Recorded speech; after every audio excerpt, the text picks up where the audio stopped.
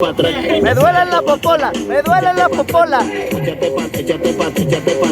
Estamos llegando a Santiago. Mira esos plátanos. ¡Oh! Banana, guineo.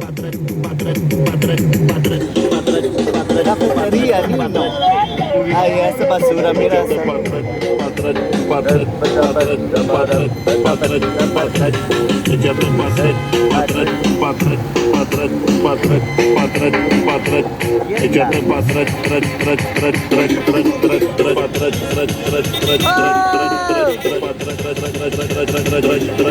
mí me encanta la gente. Es como cualquier cosa. Igual que yo.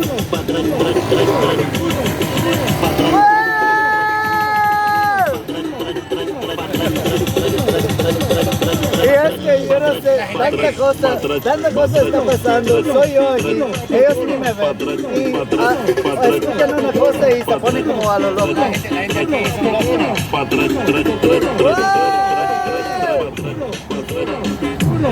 Bueno, aquí, pero Santo Domingo creo que no va a ser así. Santo Domingo no va a ser así.